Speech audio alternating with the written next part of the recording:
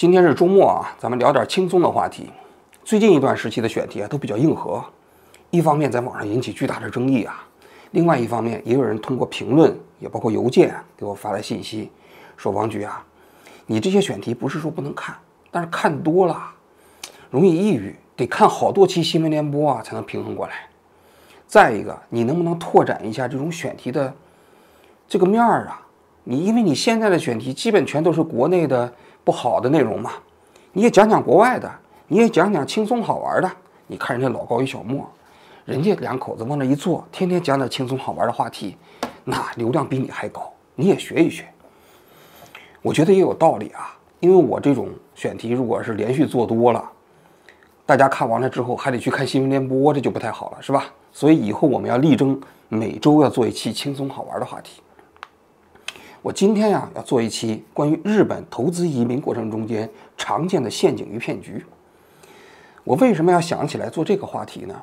是因为前一段时间啊，我国内有一个朋友来东京，很晚了，有一天晚上他给我发微信，他说啊，我来东京了，我们已经有10多年没见过了，原先是同事嘛，我说既然来东京了，咱好多年没见了，咱见面聊聊天吧。他就带着2个朋友来到我家来了。聊天的过程中，我就问他呀，我说你来东京干什么呀？他说我呀准备移民到东京来了，我呢在这办了一个公司啊，投资经营嘛，同时呢要申请绿卡，要1年申请永住。那我就问他呀，我说你花了多少钱办这个东西啊？他说20万。我越听呢就越不对，我就觉得他很可能踩坑里头了。本来是跟他见面想叙叙旧，没想到很快的就变成了一个投资移民过程中间的咨询分析。最后呢2个小时过去之后啊，他终于明白他肯定是踩坑里了。他是怎么回事呢？他2口子有一个年龄不大的孩子，想要到日本来上学，但是呢他最近几年来不了，是3、5年以后才能来。但是现在呢被别人忽悠着，就在日本办了一家企业，办了一家公司。那么这个中介公司就跟他讲，他说一般的投资经营签证啊，你要1年换1次签证，很危险很麻烦，就推荐他办一种叫高度人才的投资经营签证。这个高度人才的投资经营签证是日本政府最近刚推出来的。那么这个签证呢，是要求你每年给自己发的工资不低于2000万，理论上来讲1年之后就可以发永住。所以呢他就听从这个人的计划，就在日本成立一家公司，然后准备把1年呢给开2000万的工资，2000万日元啊。我就给他分析，我说你知道吗？你这里头有几个坑。第一，你这个中介收你20万人民币的费用啊，这个显著高于市场价。一般来说啊，给中国人办签证啊，这个中介服务啊，就这种投资经营签证的，正常的国内报价就是10万块钱，超过10万块钱肯定基本就是骗子了。我最近的一个朋友，这前2天来的到我们家，他自己到日本来找的也是中介啊，他当时办这个投资经营签证呢，花的费用呢就是100万日元，就是5万块钱人民币。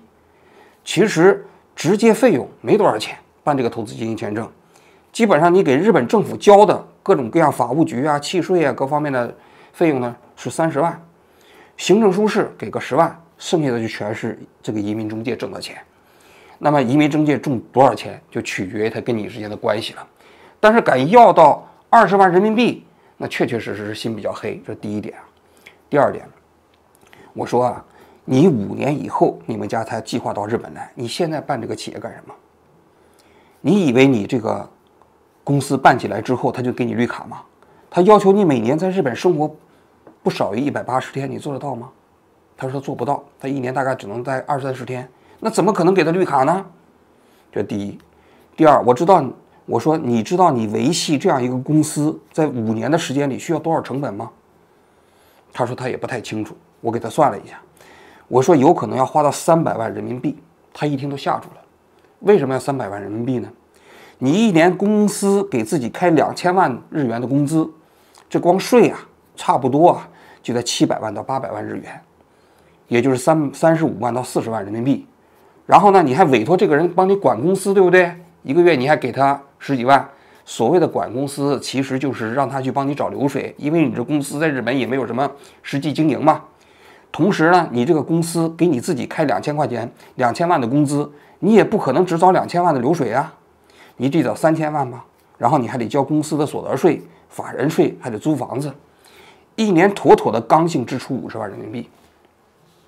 我说你算一下，5年的话250万，你再给他中介费20万，还有一些七七八八的费用，300万人民币没有了。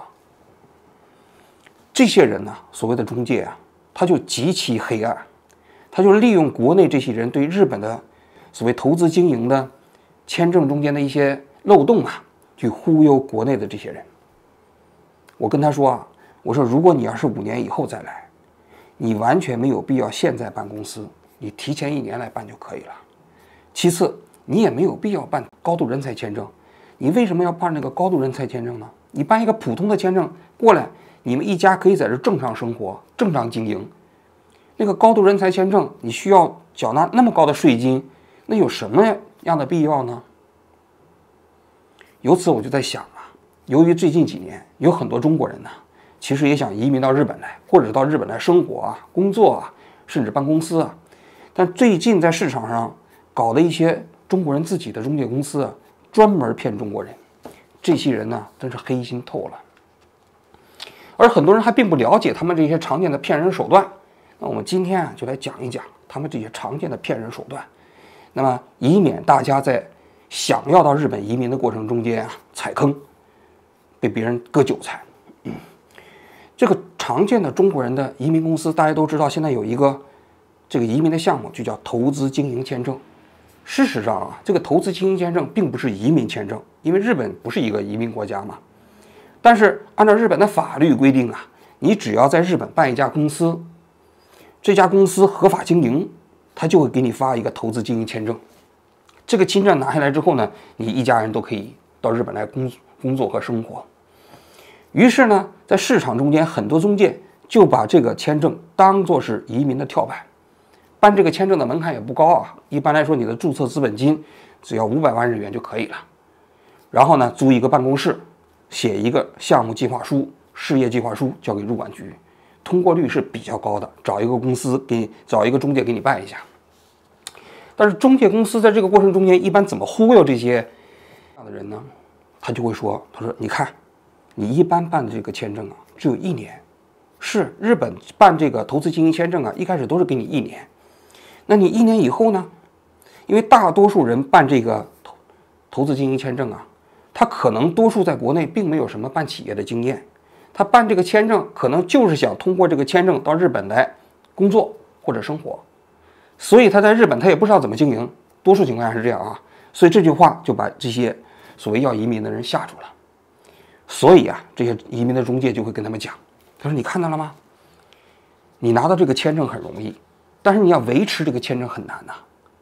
你要是这公司没有正常经营，1年以后人要不给你更新签证，你不就完了吗？是啊，是这个道理吧？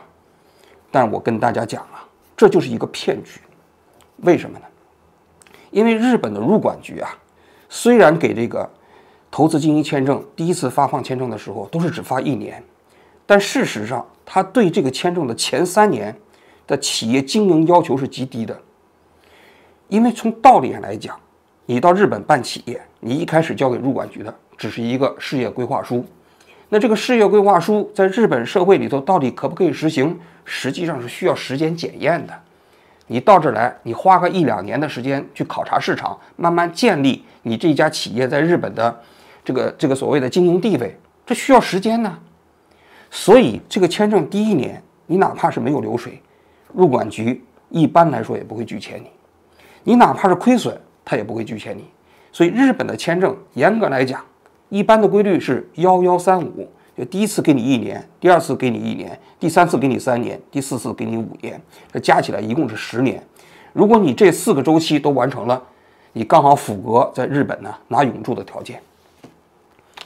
但是移民中介他绝对不会告诉你这个，他就告诉你，你看你这个企业在日本如果没有经营，1年以后你更新会出问题，更新出问题了，你这个签证更新不了了，你到了日本之后还会把你赶走。那在这种贩卖焦虑的情绪之下，他就会给你推出自己的项目。什么项目呢？就叫一体化服务。这个一体化服务包括几个方面。首先呢，要割一道韭菜，说啊，你这个企业到日本你要经营发展，你又不懂，我们给你做咨询，比如给你推荐项目啊，告诉你啊，这个税应该怎么弄啊，这个房租应该怎么租啊，等等吧。保姆式服务，一站式服务，一个月让你交个10几万日元，对吧？这是一方面。第二个方面，就给你推荐项目。这个项目里头最常见的就是那种民宿或者是酒店式公寓，酒店式公寓中间的一间，可以当做酒店来经营嘛，或者是民宿啊。这样的话，你只要买下来这间民宿，这个民宿放到这个公司的这个资产里作为经营，于是呢，你这个公司就有了一个持久的、长久的经营方式，你也不用操心了。然后呢，他们还可以替你管这个民宿，你等于什么也不用干，你就交一笔钱过去，人家给你做经营，经营完了之后，流水到了你的公司，你也赚钱了，你还维持了签证了，听起来特别好，对不对？但这里的真正问题在哪儿？这里的问题有好几个方面。首先是他们一般给你推荐的这个民宿项目，你会发现了吗？他们买卖过程中间的服务费远远高于市场。因为在日本呢，法律规定房地产中介的服务费不能超过3%。事实上，如果你要是找一般的华人这种中介公司，你砍价，砍到2%，砍到1.5%都是做得到的。但是法律规定不允许超过3%。但是这些一体化服务的所谓的针对华人的中介公司给你推荐的一体化项目，他们为了规避这个所谓的政府的3%的上限，它不叫房地产的中介费，它改了，它叫一个什么综合服务费。综合服务费就上不封顶了，对不对？它可以收你10%，也可以收你50%，甚至可以收你15%，甚至敢收你20%。这个其实就是为了规避日本政府房产中介的限额，专门制造出来的一个所谓的费用标准。日本一般的房产中介没人敢这么收费，那于是割了你第2道韭菜，对吧？第3道韭菜就是你这个买了一个民宿，你也没办法经营，于是你要委托给对方经营吧，对方还要收你委托服务费。这个委托服务费正常的市场价一般来说是你的经营的5%到10%，不会超过10%，但是在一体化服务的打包下，有可能会远远超过这个数额。他甚至可能就只给你一个非常小的固定的收益，你就拿走了，而且你还需要承担整个这样的一个运营的风险。这是一种项目。第2种项目就是办什么像拉面店，比如说办一个什么越南拉面店呢，是吧？让你去加盟，你买一个越南拉面店，然后呢，这个越南拉面店就成了你这个投资经营项目了吧？由此你在这里头也可以合法的经营了。但这里头坑更深，为什么呢？一般他们的合作方式都是你买下拉面店，同样你也不可能经营，餐饮行业的经营更麻烦，对不对？那于是你还得把这个越南拉面店委托给他们经营，那于是呢，他们就收走了你整个运营的收益的60%，你只能留下来40%。那么这个餐饮行业的风险在什么地方呢？风险比那个所谓的不动产要大得多。这主要有几个方面的风险。首先这餐饮行业在日本是一个高度竞争的市场，他们基本上的成本构成是这么5个20%，房租20%，原材料20%，人员开支20%，毛利润20%，税收20%，也就5个20%。所有的餐饮行业基本上是如此。那你想想，你加盟了这样的一个店，对方拿出60%的流水的话，你还剩下40%。这40%你可以做什么？他负担了什么？他负担了人员开支，对不对？所以你最后你可能就只能拿个5%到7%的这么一个收益，扣掉这个其他的费用那你想想，这7%到5%的收益对于一个餐饮行业来说是非常可怕的。为什么？因为餐饮行业的风险要远远高于不动产，也远远高于民宿。因为民宿你经营不下去了，你还有个房子，有个不动产在这儿。但是对于一家拉面店来说，如果你要是经营破产了，你就什么都没有了，因为你这店面都是租的嘛，那工人你还要给人发工资嘛。所以餐饮行业的高风险也决定了餐饮行业的高毛利。如果你的毛利率达不到20%的话，你这注定是搞不下去的，风险和收益是不对等的，这是第一。第二，这些人呢，其实他本身并不是做拉面的。你想想，拉面的鼻祖是中国，他们搞个越南拉面店，越南人懂拉面吗？他们雇了几个越南人，然后就做拉面，那能好吗？所以这个项目并不是因为他们长久以来做拉面形成了品牌之后做的连锁。日本不是说没有连锁店，连锁店比较少啊，但也有啊，比如说王酱饺子馆啊什么之类的。但是人家首先是自己把品牌做起来了之后，才可能扩张。但是这些人呢，他本身又不是做餐饮的，本身他又不懂餐饮，搞了几个越南人，然后他就做了一个拉面店。这个拉面店就是为这些所有要到日本移民量身定做的项目。那你想想，他能做好品控吗？他能做好所谓的这个服务吗？不可能，对不对？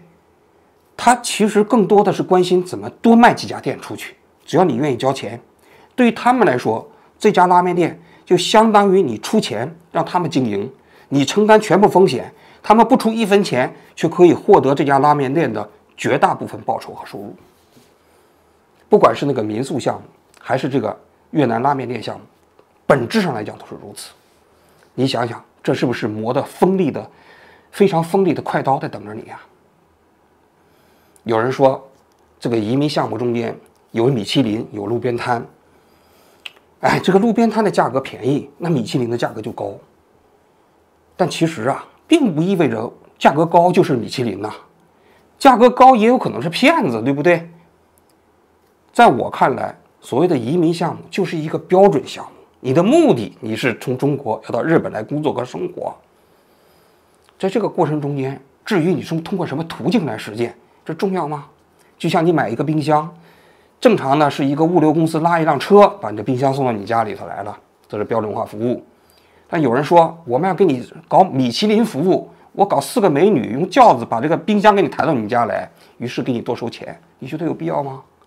没有必要吧？因为你的目的是要到日本来工作和生活。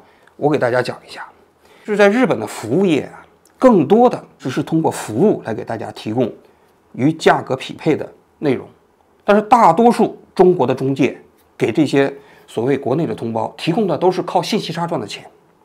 我给大家举个例子，日本所有房产中介的后台数据都是公开的，你任何一家房地产公司，你只要有资质，你打开那个内网，那所有的房产的信息，不光是东京、大阪，全日本通通都是共享的。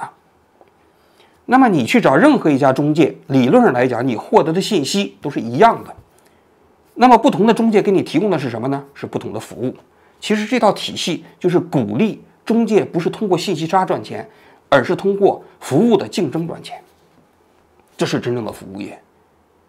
但是现在你想想，这些给国内提供移民服务的这些所谓的中介公司，他们是通过服务来赚钱吗？绝对不是啊，就是通过信息差来割韭菜啊。所以我在这里给大家做一个建议，如果你想用投资经营签证来日本工作和生活，我建议你千万不要一开始就购买这个所谓的一站式服务。你可以先来日本，你在日本你有2年的时间去寻找适合你的项目。我刚才不是讲了吗？你前2年没有流水，或者是流水过程中间不行有亏损，入管局不会轻易把你赶走的，因为他们是讲道理的，是通情达理的。我退1万步讲，如果你2年的时间你在日本都没有找到这个项目，你去找一家中介公司，你跟他说我想找一个房子做民宿，这个中介公司几乎每一个都能给你找得到，而且他们的收的服务费最高就是法定的3%，甚至可能低至1.5%。你甚至你去找现在给你提供一体化服务的那个人，你从日本的角度到了日本的时候，你再去找他去买，服务费也不会收到10%和15%了，也会只收3%。这就是不同的途径嘛，因为你在中国，你被他们贩卖焦虑的那个信息制造了一个信息茧房，所以你就会心甘情愿的交10%到15%的这个韭菜费，你才能购买这样的项目。说句心里话，我也希望啊，有很多这样的中介能够帮助更多的中国人能够移民到海外生活。因为国内现在的局面我觉得移民到国外这样的需求是客观存在的，而且这种需求也是正常的、正当的。日本这个国家也挺不错的。那么到日本来工作学习，其实我也推荐我的很多朋友来。那么在这个过程中间，有移民中介帮你做服务我觉得也是一件好事儿。但是这里最重要的一点，中介本身要通过优质的服务给大家提供服务，而不是通过这种所谓的信息差去蒙骗自己的同胞来赚钱。所以我希望所有的咱们国内的同胞，如果你想要移民日本的话，希望你们擦亮双眼，这个千万不要上那些割韭菜的中介公司的当。好，我今天就讲到这里，谢谢大家。